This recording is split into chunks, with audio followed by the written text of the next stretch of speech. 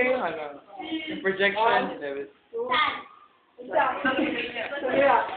1, 2, 3, Lord. Bilen. Sky. Lord. O, di ba? Ay, taray!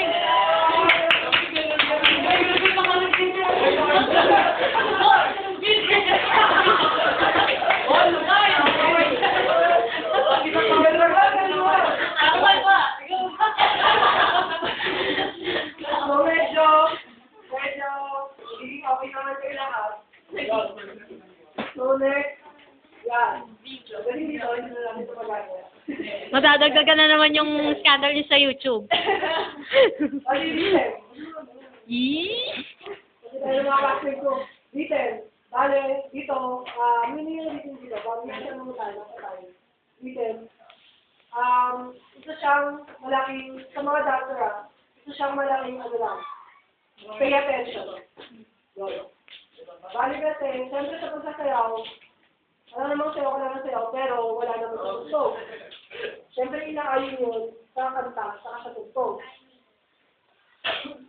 Yes, tayo. Bali yung detail siya yung nagiging beat ng sayaw. Yan, parang si ano nga, sila Gabi. Hindi matanda yung disco po eh. Beat yan. Bali siya nagiging beat. Bali, ang kidyan, para makabisado niyo yung, or para mapagsunod-sunod niyo yung ano, ang sayaw, o para makabisado niyo siya, ito yung magiging ano, banta sa inyo. Diba? Siya yung magiging banta sa pagsasayaw ninyo para makabisado niyo yung sayaw ninyo. Para maayos yung pagsasayaw ninyo. Para maging okay. Para maging... Timing. Ganun din yun. Para maging ganun din yun. Timing. Diba?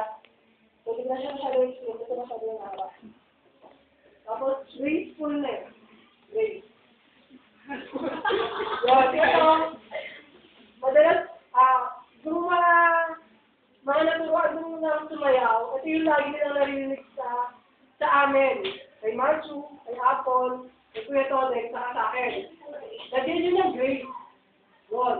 Bale, Sino ba siya? alam niyo si Grace. Yes. Bale siya yung nagbibigay ng empathy dun sa mga galaw ninyo. Kung paano kayo gumalaw. At paano nyo lagyan ng buhay yung paggalaw ninyo.